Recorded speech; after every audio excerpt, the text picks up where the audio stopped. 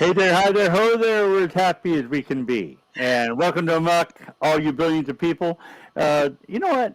I'm happy. I'm happy today because it's Arkansas week, and I'm always happy to have Arkansas week. And because it gives me an opportunity to talk because I never have a chance to get a word in edgewise with you guys. I know you never say a word. You just sit there like. I know, like really. I put my hand up, like, can I speak? Can I talk? When is it my turn? Anyhow. I remember somebody doing that and telling me, "Raise your hand if you want to say anything." I'm blind. I can't raise my hand. But there was a reason for you doing that. It was the first time we were on whatever this thing's called, Junkyard or Scream Yard or whatever. Yeah. I think I said Scream Yard too, but anyway, whatever. Yeah. I like that. I was at a train station and a train goes by, so trucks were going by. Remember, I was out of town. That's right. I muted you. And then you unmuted yourself. I thought I had all the power, but apparently I'm just a pseudo power. That's it. Anyhow, it is Arkansas week, so I get to choose a guest, and my guest. And although he's a foreigner from the land of the Tennessee, he's been here before.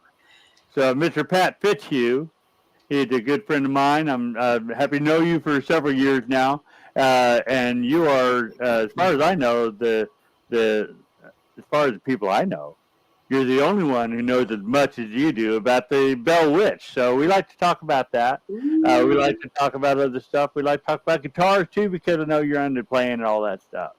Nice. Welcome, Pat. Hey, good evening. Thank you for having me. How you doing? You're great. Doing great. Want to talk about witches? Witches Who play guitars, right?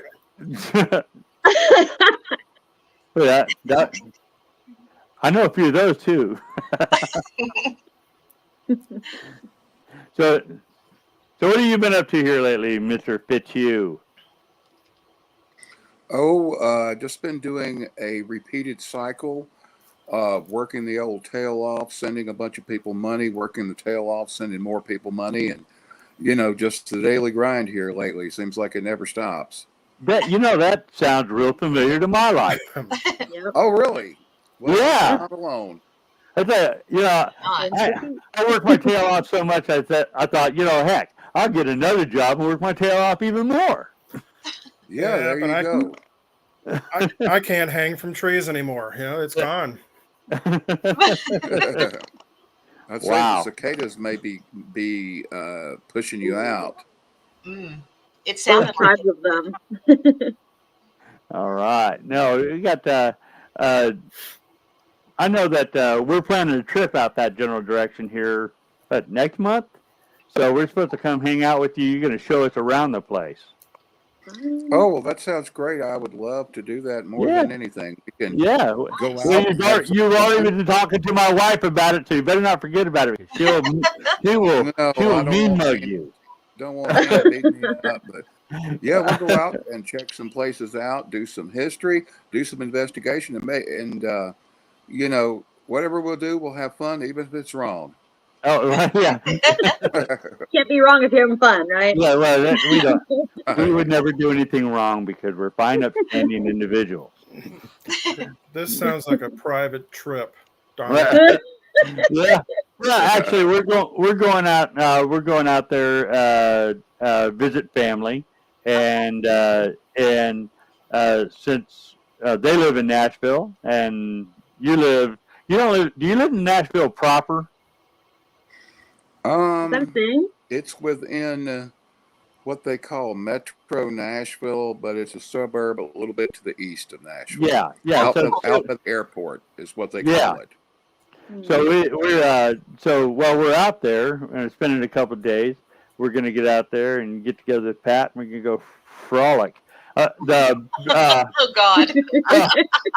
I want to see pictures of Adrian frolicking. We'll get pictures. I want to see Pat frolic. You can frolic together. Oh my God. I feel so sorry for you, Pat. I feel so sorry. It's going to be a hell of a time. It's going to be a good time. Oh So for all yeah, the Plan a people, trip on never all be the the same. I'm looking for. I I I think I deserve a frolic or two. I guess you Oh, probably. absolutely. So, Sure. those are billions of people out there listening. I know 500 million understand who the Bell Witch is and the whole story is. And of course we know, but I would like for you to tell those who are just tuning in. Uh, Explain a little in a nutshell about the Bell Witch and the significance of the story. Okay, well, often called America's greatest ghost story, the Bell Witch involves an early pioneer family back in the years of 1817 and 1821 in northern Middle Tennessee, who were visited by a malevolent, mostly invisible entity. And over the course of those 4 years, and then some say even after that, the family experienced a very terrifying series of events, some of which mimicked poltergeist behavior, some of which mimicked Native American spirits, and some of which actually went along the lines of spirits and even demons at some point. And it's America's most documented haunting. There were witnesses to these disturbances, and the story has been passed down through the generations. Of course, along with that comes a lot of folklore. But what I'm primarily interested in is getting to the bottom of what actually started all of this. You know, how much, if any, of it was true and what caused it to start. So that's the researcher hat I wear, but I'm also a storyteller as well, where I tell the old traditional folk tale of the Bell Witch. And I started my research in that in about, let's see, it was 1978. So it's, Wow. let's see, 78. I was 46. 11. That was I wasn't, 46 years ago. yeah, I wasn't much older than you, Adrian, but that was the first time I told my mother that the Bell Witch, as written by Ingram, sounded like a bunch of hooey dooey, and that I wanted to start going to some libraries and getting down to the brass tacks. So yeah, I've been researching it a while. Written a couple of books on the subject, and done, I guess, a few hundred of these interviews here and radio, TV stuff, and everything. So it is certainly not the only thing I do in the paranormal field, not by a long shot, but it is what I've been doing for the longest and what I've devoted the most time researching. Oh yeah, because you do ghost hunting at other historical locations as well. Oh, yes, paranormal investigation, the occasional paranormal class, a lot of behind the scenes research, pre investigation research for people, evidence analytics, and you name it, just kind of runs the whole gamut. And what you were just saying about the Bell Witch, instead of little of this, little of that, that pretty much seemed to run the whole gamut. The only thing you didn't throw in there were aliens and Bigfoot. So because you had I can go there too. Well rounded. yeah, There, I mean, some people think that Bigfoot is an alien. So I don't know. I don't know where that started. Well, it's in a I don't know. monkey I'm suit. still dealing with all the people that look at me and say that I look like Bigfoot. You But there is a UFO story do have mighty with big the Bell feet. Witch.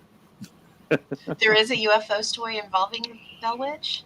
Yes, I've not it heard is that one. a more modern account where the father of a family by the name of Eden, who once owned the Bell Witch Cave property, said that he saw what appeared to be a flying saucer way up in the sky, and it slowly went to the ground, almost to the ground, and hovered over the exact spot of the old original Bell family cemetery.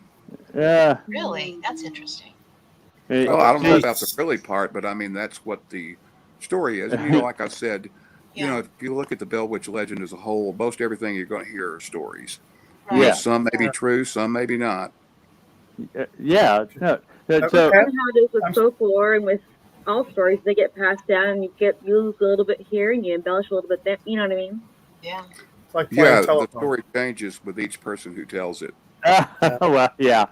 Hey, Pat, I'm sorry, Pat, you Go ahead. mentioned that the claim is that they saw a UFO hovering over the cemetery. Was this on the property or the actual cemetery, I'm going to say in town?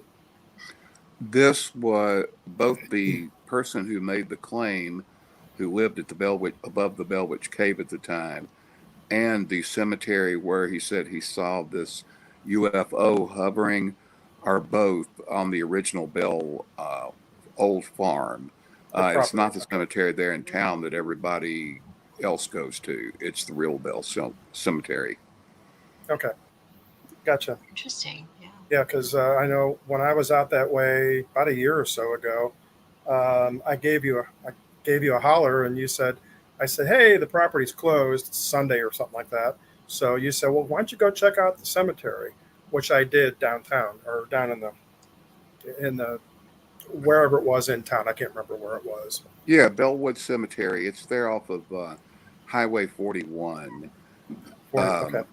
Yeah, very, very. It was originally, I believe, part of the original old John Bell farm. And actually, before it became Bellwood Cemetery, his John Bell's great grandson, Dr. Joel Thomas Bell, lived there. And the whole cemetery started with a couple graves. I believe it was Dr. Bell or maybe his wife, if I'm not sure. And then a few more people were buried. And then in the 1950s, another descendant named Leslie Covington developed the land and made it a formal cemetery for Bell descendants, or at least inside of that iron fence that you probably saw up near Yes. the monument. Yes. In fact, they even brought bodies in of descendants who had already been buried elsewhere. Oh, wow. Oh, okay. Yeah, there's not So- many people at the cemetery, maybe a couple hundred. Is there Yeah, a lot of activity still happening presently? Well, we're always getting reports of, strange things happening in that area, some of which, may be attributable to the Bell Witch. Other things may be attributable to like the Native American and settler skirmishes up and down the Red River way back, the Civil War skirmishes, the Tennessee, Kentucky Night Riders. There's an awful lot of history right there in Adams, Tennessee, besides the Bell Witch. But, we're always hear of, these different things happening, people taking pictures and seeing strange apparitions, people visiting the cave, taking a rock, and then something really bad happens to them, and then they take it back or send it back. Cars or cameras all of a sudden not working for no reason, and then they miraculously start working. So, we're always, always, at least I'm always hearing, I get a lot of emails, stories, where things have happened recently. Okay, very cool. What? So when you say you do a lot of research, and you had, of course, your, I know you have your opinion on the Bell Witch phenomena.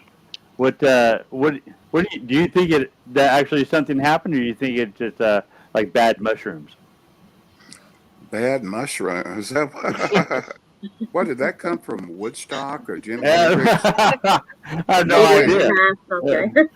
It's No, about it's the the same one- But we're time. out there in the middle of, I'm sure they were foraging for food at that time. It could have been anything. You think it could have been a bad Yeah, acid trip. Yeah, I mean, they think did go to Walmart to get their food. I think he got up on the stage or something and gave everybody a warning that there was some bad acid going around or something. At any rate, I was too young to go, and I wouldn't have done any of that kind of stuff anyway. Oh, no, I'm sure you're an angel. So, okay, I hate to ask this, but what was the question? You were asking I my said, opinion your of the opinion on story- that. of the story. Yeah, What's your opinion on the story itself? yeah. I mean, True, they say made up. Yeah. Was it somebody put some bad juju on the family? Was it something spiritual, or do you think there was a demonic presence there, or what? Well, I do Or think bad that there mushrooms? was something that started it, some events that started all of the interest in this phenomenon.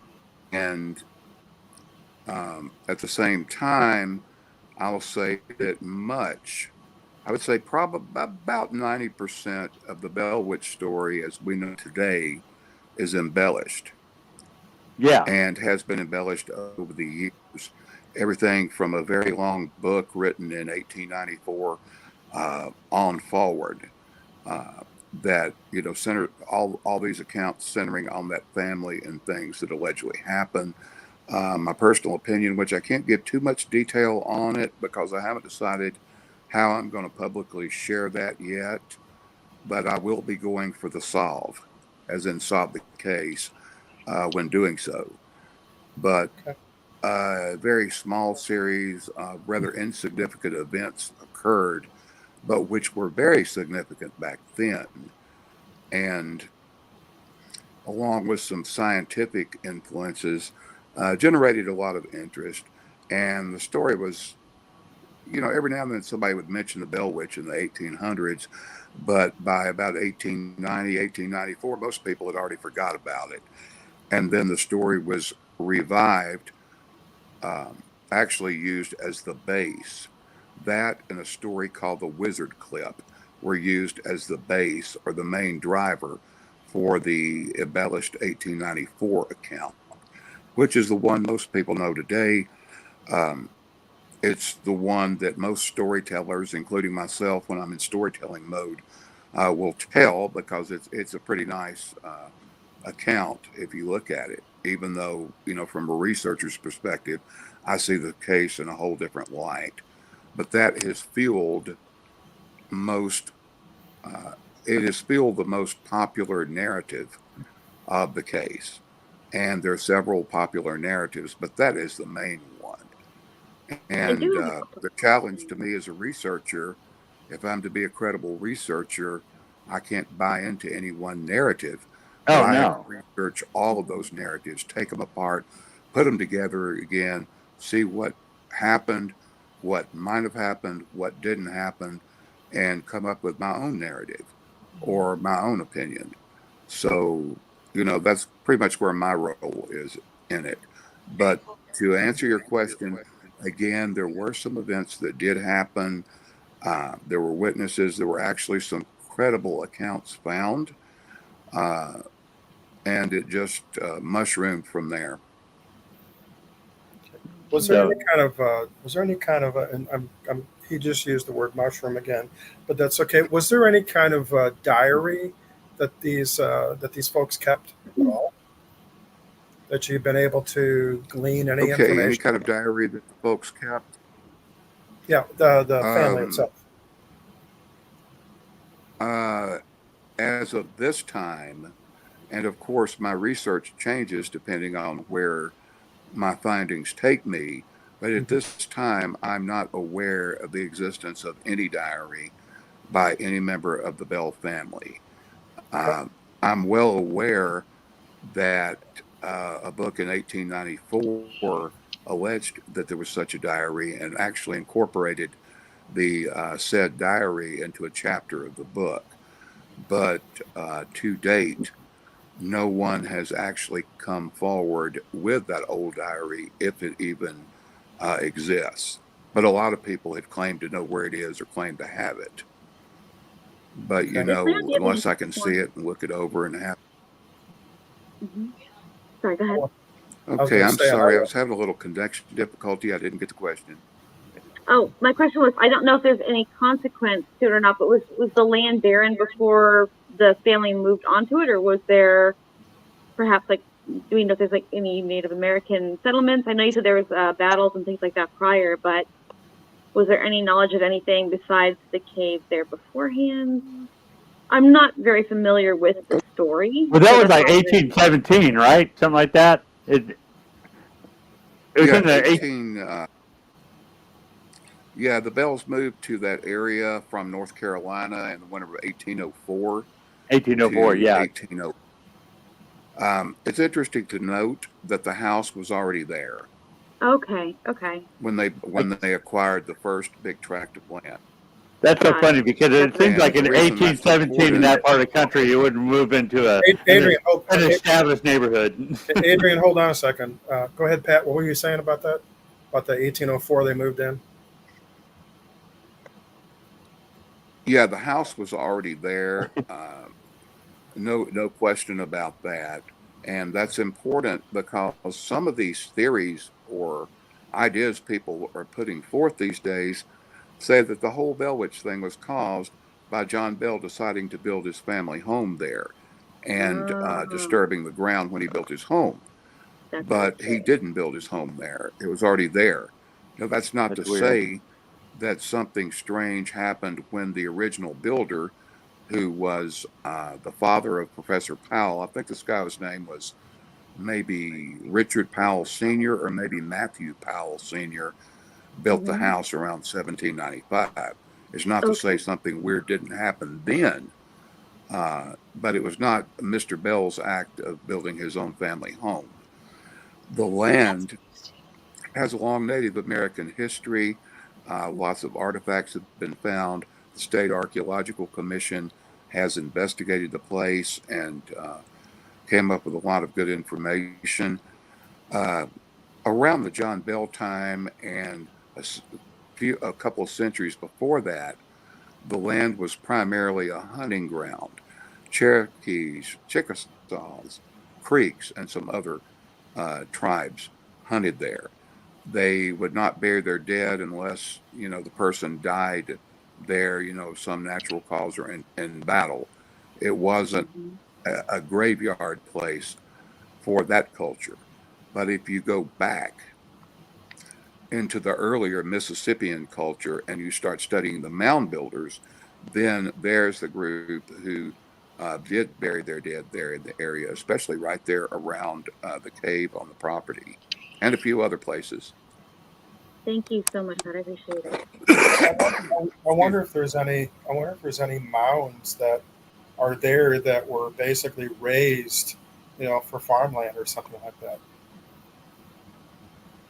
Oh yeah, Okay. that disturbing. Uh, yeah, Because we the have grave that. site that'd be Yeah, terrible. I mean, because we have that here in the St. Louis area. We've got Cahokia Mounds, which is kind of what you're talking about, the Mississippian era, the Right. Illinois, Illini, the Choctaw, I think it is. All of those, they were the mound builders. St. Louis was full of mounds, and there's only one left, Yeah. and there's a house on top of it. Yeah. Yeah, Oh, on top of the mound. Yeah. Yeah, here in St. Louis area, but across the river over at the Cahokia Mounds, you've got hmm. several of them still there, plus Monk's Mound, and that was the epicenter of the tribal nation, about 1 million inhabitants for about what 800 years ago. It's heavily populated. Yeah. Yeah, Yeah. So, absolutely. but it Yeah. didn't go. And But their property, I'm sorry, didn't go down as far as. I don't think it went into Tennessee though, their territory. But anyway, I'm sorry, I kind of No, that's threw a okay. curve out there. But the mound builders, Sidebar. well, That's right. mound builders. So you're able to see the cave now, right? They do tours, or you can visit it currently. yeah, they give tours. The last account I had, their schedule, I believe, was May through November. Hmm. And they also have lantern tours and an occasional paranormal investigation event there too. So, Anyway, Perfect. but that's it's only on the May. weekends. You can go. They I do don't have know. a website, bellwitchcave.com, Good. where anybody Good that's resource. interested can go check out the current prices and tours and things. Hmm. Okay, so what's one thing that's interesting about the Native American aspect of everything? There is a story about where John Bell saw a rabbit, or half dog, half rabbit. It looked like. Mm. I'm sorry, 1 second. I apologize for that. I haven't had a sip of coffee in a while. Uh You're good. that entity, whatever it was he saw and shot at and vanished, Native American people have told me before that that is symbolic of an entity, Native American entity called Trickster.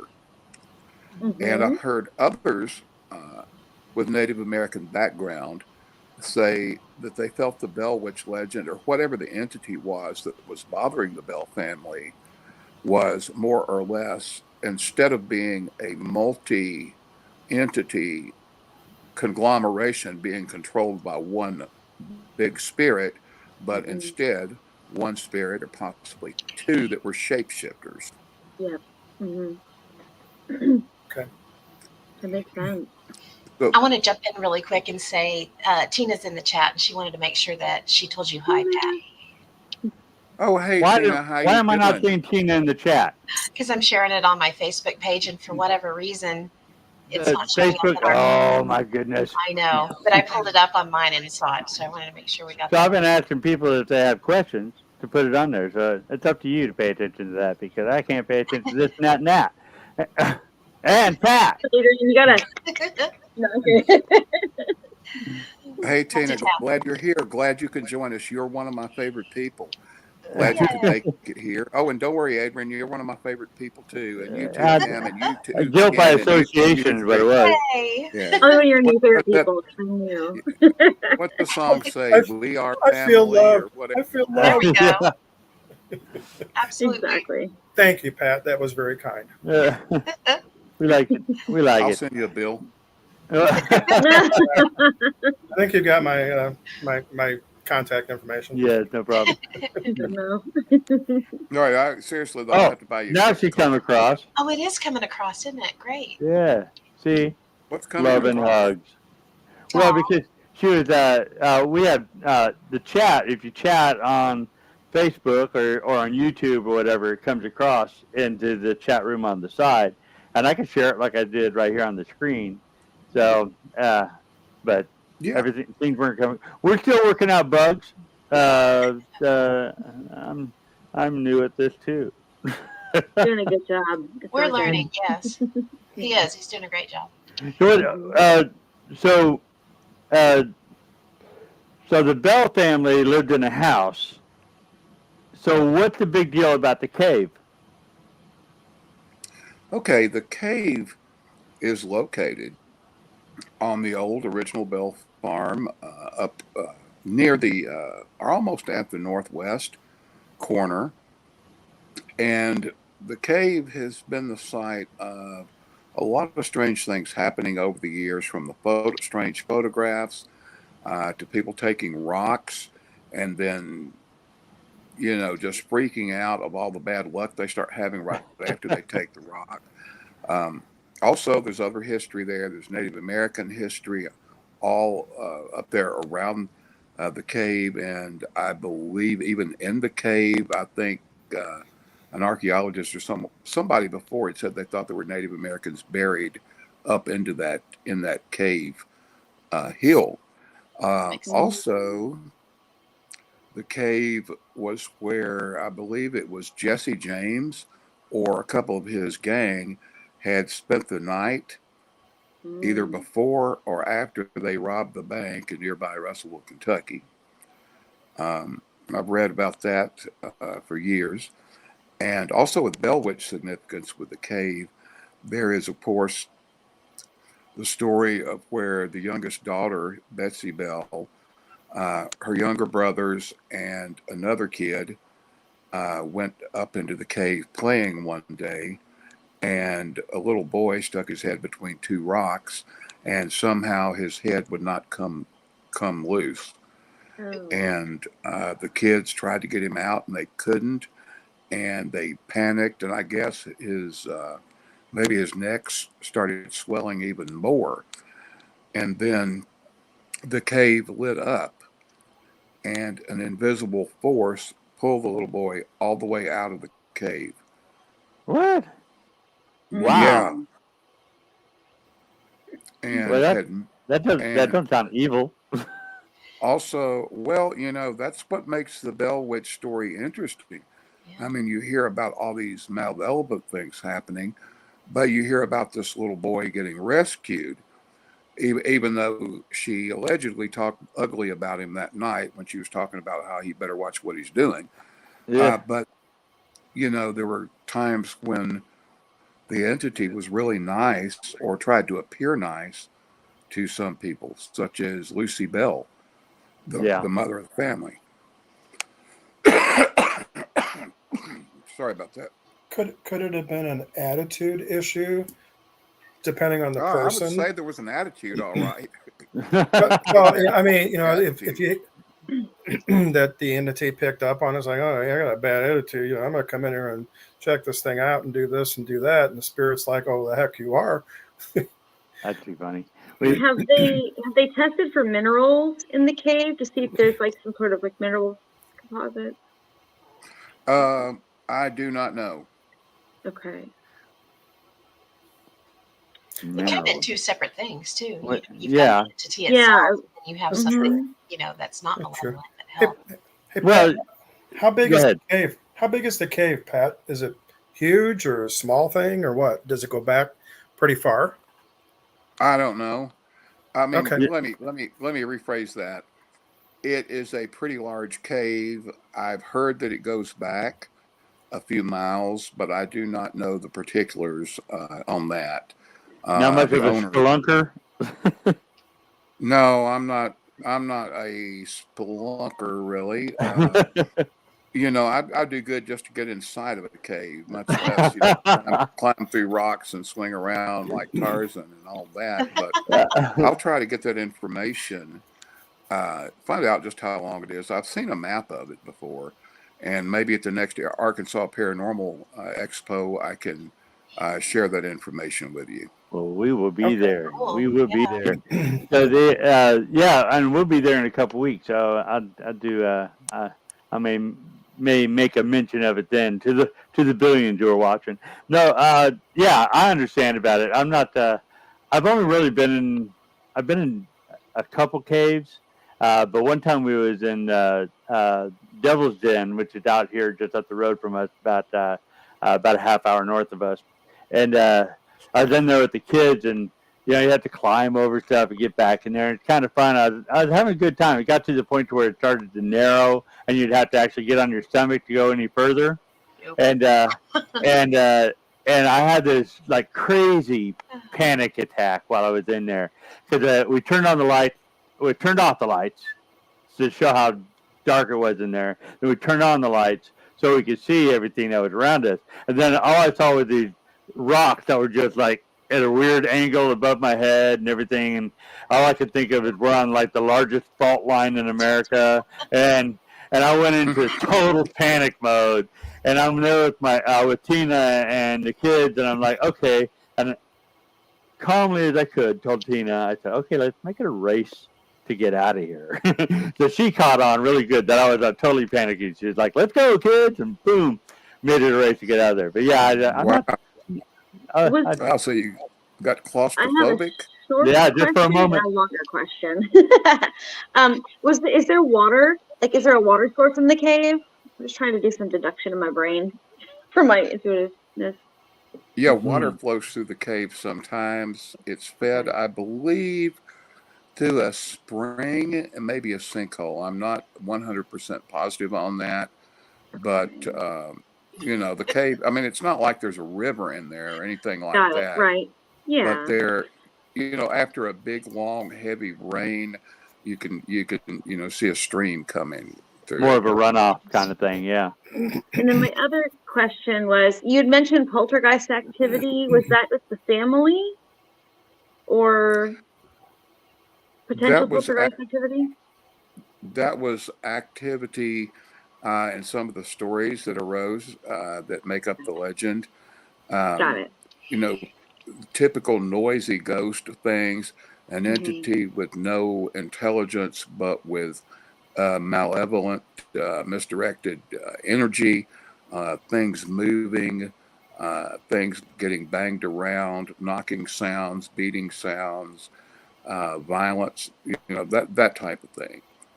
But it's interesting to note that the Bell Witch entity encompassed a whole lot more than just poltergeist activity. Poltergeist was certainly a big part of it, especially early on, but if you put the whole haunting on a timeline and analyze the different types of disturbances at different times, you'll see where it goes through phases that, characterize several different entity types. That's what you're saying at the beginning. A little of this, a little of that. I tell you, I had never even heard of the Bell Witch until the movie An American Haunting came out, and then I hear from a lot of people that's a terrible movie. So I don't know. For the non-book readers out there, is there a movie out there that would actually be something that would be um, more historically correct? Uh, Absolutely, but it hasn't been made just yet. Oh, so it's It'll being be, made, or it's It's a on. secret. I would say it's on the back burner for right now because Ah, another project I think is still on the front burner with the company who's putting this on, but it'll be called The Bell Witch: The Past and Beyond, and yeah. that's exactly what the whole thing is going to be focused on. Is actually research, getting to the bottom of it, showing what's really out there about the case. So more of a documentary kind of thing. I would say a movie-mentary. It'd Yeah, be a little bit one, a but movie mentary. I The saw last a question. something streaming not too long ago that was on the Bell Witch that you were in, Pat, and I can't for the life of me remember what it was. But it's on the yeah, Bell Witch. I can't remember if it was. I'm assuming it was on Prime, but Prime or YouTube. I would assume Prime. I don't it remember. might have been. Well, I could think of. There's quite a few things I can think of over the years that are still out there that I was in. It was on Prime. Maybe it was Mark of the Bell Witch, which was Oh, that put. sounds familiar. That does It was sound put on familiar. by a group who's really good at that. They're called Small Town Monsters. Yes, that's it. Yeah, Yeah, yeah. It's they're really good at that. Breed Love. Yeah. Yeah, and we did that. Shoot, I can't remember how many years ago. Maybe 2020, 2021. I can't remember, but we did do that, and that was a really, really good production. It is based on the Ingram account, but the everything, the choreography, the casting, all of that was great, and the fact that for the first time ever, researchers were actually brought in and allowed to talk about their research instead of just coming in and saying, "Hey, I'm a Bell Witch researcher," and then telling the very basic story. They were actually, putting the researchers to good use, and I think that added a lot to it. And there were several researchers interviewed in that.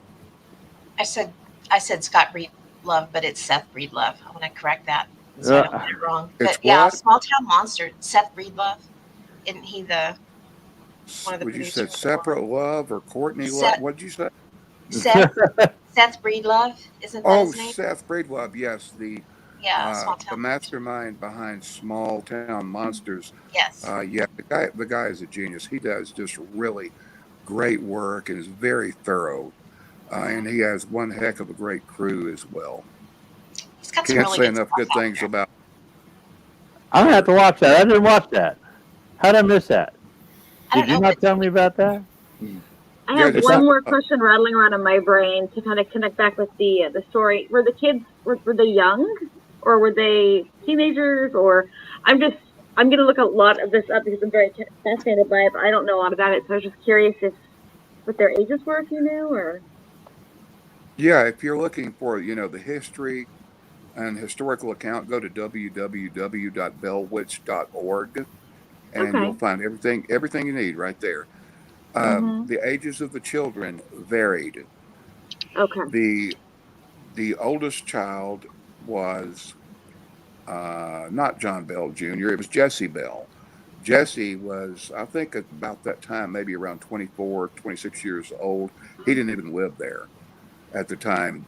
In the house, the oldest person was John Bell Jr., who was in his early 20s, and the youngest would have been Joel Bell, who was just, barely a toddler, maybe 4 or 5 years old during most of this. And Betsy Bell, the youngest daughter, who seemed to bear the brunt of the physical disturbances and violence. She was born in 1806, so she was between the ages of 11 and 14, 11, 12, 13, 11 and 14 or 15, somewhere through there when this was going on. So of all the folklore and of all the everything that you've discovered on your research, uh, everybody's got a favorite part of the story when they tell a story. What's your favorite part of that whole out of all of that? My favorite part, um, I don't know. I mean, when I tell the story, do lecture events and things like that, there are so many different small stories to pull, to choose from Uh that huh. encompass this case called the Bell Witch. I can't begin to think of what would be my favorite story. You And all of my lecture events, they're never rehearsed.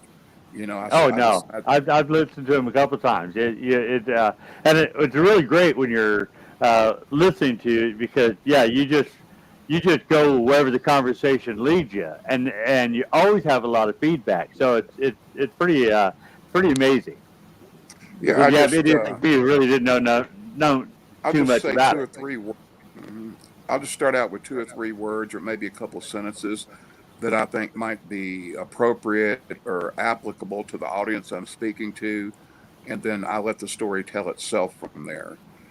So, I don't really know what my favorite, my favorite story to tell when I'm in storytelling mode, I guess would be of what they referred to as the witch family. Yeah. And that was where, for a short period of time, the Bell family was visited by not one, but four distinct characters, one of which had the voice that they were familiar with hearing. That voice called herself Black Dog, and she was the leader. Then there were three little children. One was named Mathematics, one was named Typography, and one was named Jerusalem.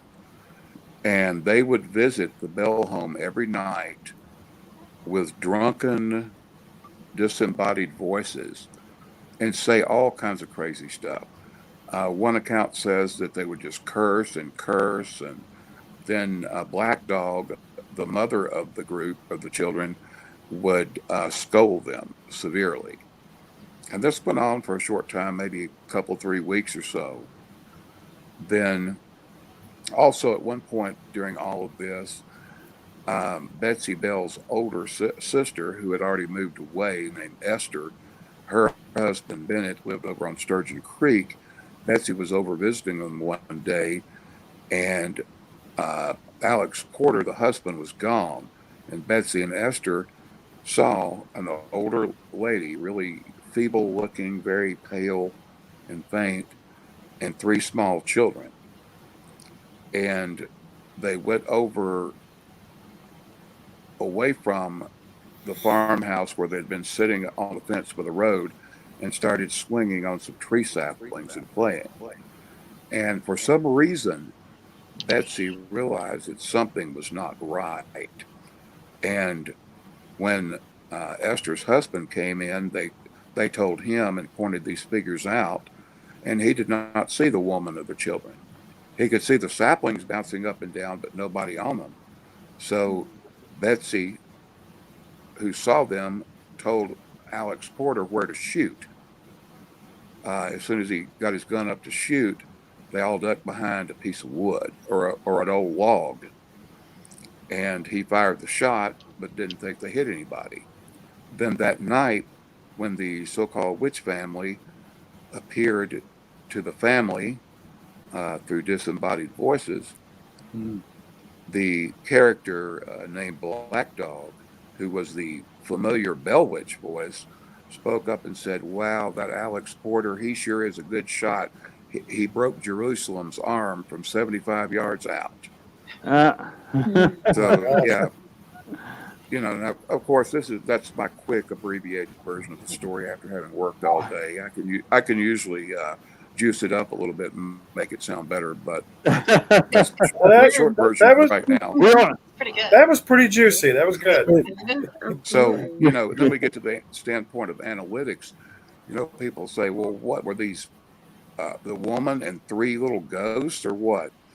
And if you look at the fact, mathematics, typography, and Jerusalem represent units of logic and some other crucial things. There's logic, there's knowledge, there's social togetherness, which is the topography, and you have the leader, or who's ranked as the leader, calling herself Black Dog, which actually comes from mid 1800s British folklore. Then some say that it's a hierarchy and it's a family of demons. But of course, that's just, that's some opinions. I'm no demonologist or anything, but, some people have put that on the table. You kind of, I'm sorry, you kind of mentioned something about another town. Did all of the activity happen on that property, or did any of the activity happen elsewhere? Followed family members who moved or anything like that? Um, what we know is the original Bell Witch story, or the Bell Witch of Tennessee. Things happened in about a 6 square mile area. The Bell home, the Bell farm seemed to be the epicenter of all of it. But there were other things, things that happened in other places around the area, especially to some of the Bell family when they would go and visit others. Now, Okay. when we talk location, we got to realize that the Bell Witch of Tennessee is just one Bell Witch. There's also the Bell Witch legend of North Carolina, as well as the Bell Witch legend of Mississippi. So, with Tennessee, it's the main Bell Witch legend that most people are familiar with, but there are also two other legends out there about the Bell Witch. And so those why are taken. why are they elsewhere and still considered the same? Well, you have to look at how folklore travels, how it's handed down, and it goes from person to person, generation to generation, and sometimes place to place. Hmm. The legend of the Bell Witch in North Carolina allegedly took place in North Carolina. And there wasn't a bunch of spooky things happen like in Tennessee. What it basically boiled down to is that John Bell had it out with the overseer of his farm, and he killed the overseer. Shortly thereafter, or in the years thereafter, their crops failed miserably, and they were forced to move to Middle Tennessee, where they joined some of their old friends who had moved before them. That's the, I guess, pocket sized version of North Carolina. Then when we go to Mississippi, what we have here, first of all, the Mississippi Bell Witch was not a woman, it was a man, and he was called Gerald. Also, the Bell Witch of Mississippi, most of the stories you hear are very similar to or identical to the stories you hear about the Tennessee Bell Witch. Only sometimes the names of the people have been changed as well as the names of the locations. There are also some stories out there that are specific to the Bell Witch of Mississippi. And, when that story started or how it got there, I don't know for sure, but I do know that some of the Bell's children did move to Mississippi beginning around 1834 or 1836. So, there's this theory that maybe this thing followed them the whole time, followed them there and started up its antics again. Then there's the other theory that they had moved to Mississippi and everything was fine and quiet. And then when the book in 1894 came out, people put two and two together, and just by word of mouth and handing down folklore, a lot of the stories in that book took on a new location, which was Mississippi. Yeah, could be. Or they could have moved someplace and there was activity going on there, and since they're attached to that one thing, well, they must have followed me. But I mean, I've Right, lived in two haunted homes, and I don't consider them the same. Yeah. right. And with the Bell Witch, a lot of people ask, was this thing attached to the Bell family? Well, if you subscribe to the theory that the thing followed them, the children, down to Mississippi, which may have been the case, um, that would suggest maybe an attachment to the family.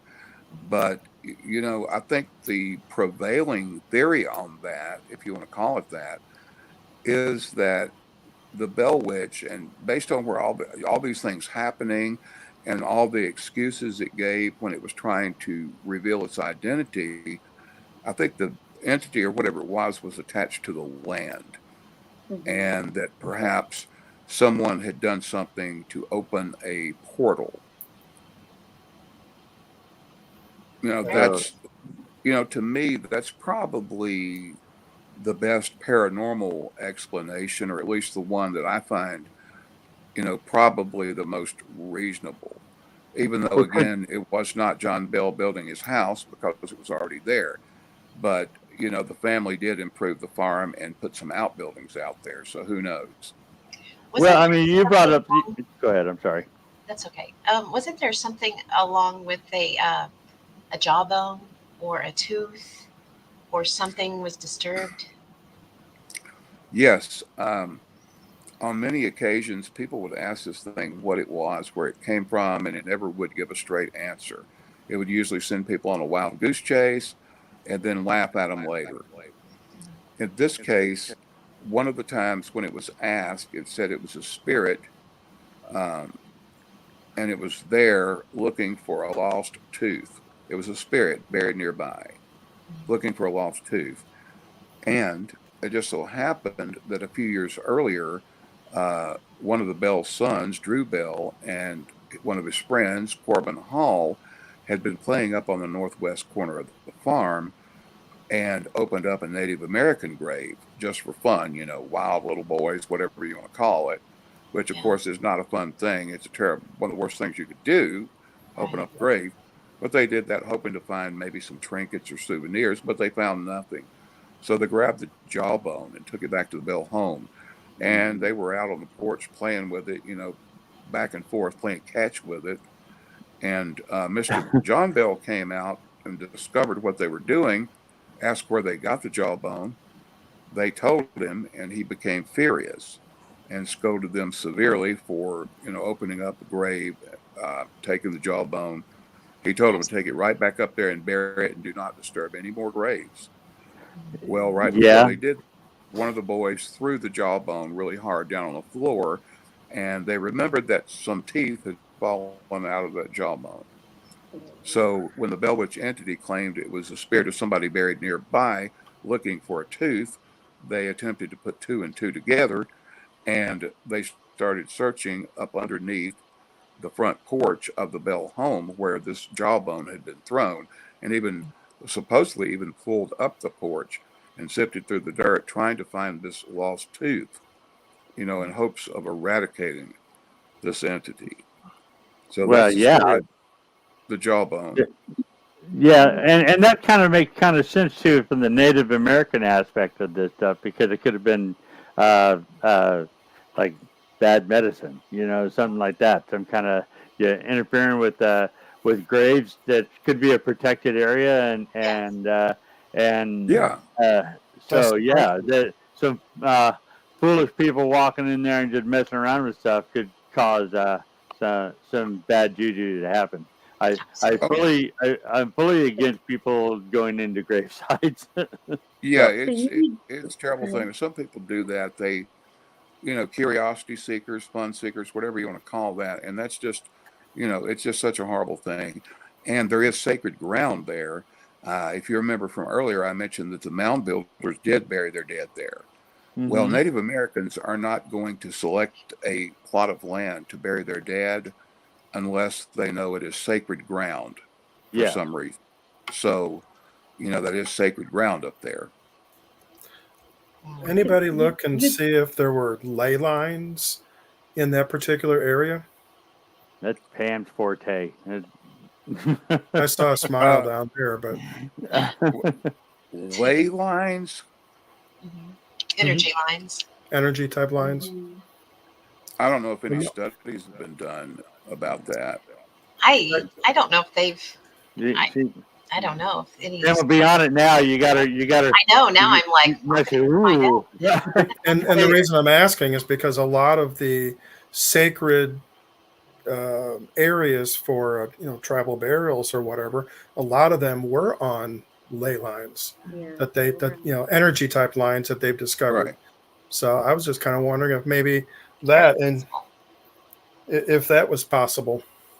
So you had mentioned that there's tours and such, but what remains of that space that used to be the farm? Is there anything besides the cave left, or where does that person live that's near the cave? Is it the property or is it something else? Okay, so the old Bell Farm has been subdivided and split up many times since those days. The main tract of land, which I call it that because it's what had the house, the family home, the family well, and family graveyard, still belongs to the family or descendants of the family through a trust. Now, other parts of the Bell Farm, have been split off and used for a variety of different things, mostly agricultural purposes, tobacco farming, things like that. All right. Now we got 2 minutes left. So before we get go bye and everything, if anybody wants to buy one of your books or contact you or anything like that, Pat, how would they do that? Okay, if you would like signed copies of any of the books, you could go to the Bell Witch website, or the Bell Witch site as it's called now. It's www.bellwitch.org, BELLWITCH.org, and you can order signed copies from there. You can also look at an appearance schedule and also find out a whole lot of different historical information about the Bell Witch case, as well as the traditional story. I have a Also, copy you of can, your book. It's really Yeah, good. you got one of his books right there in your Like hand. your book. And if you want one of those good books for also, you. I will send you a virtual hug. you're going to be at the Arkansas Expo, the Paranormal Expo, this in Little Rock with us again this October 26th and 27th. So hey, if you're close to anywhere, even if you're far away, I'm saying if you're tuning in from Scotland, fly in. There's an airport in Little Rock, and Yeah, come it's meet. grumpy here. and meet Mr. Fitzhugh. He'll talk your ear off. That'll be a good time. Hey, Pat, thank you very much for coming and sitting with us and running amok with us. And don't go away because I want you to hang around till the end credits, and we'll talk a little bit more. Everybody else out there, you're not part of that conversation. You're not privy to that. So, Ken, what do you got for next week? You got 15 seconds. I don't know. Somebody from Missouri. I have been fishing. I have 3 taut lines out there and no nibbles yet. No nibbles. I will be letting people know on our Facebook page as soon as I know. Surprise! That's right. Surprise. All right, everybody. Bye. Good night, everybody. See you guys. Good Hey, night. thank you for joining us. Bye-bye.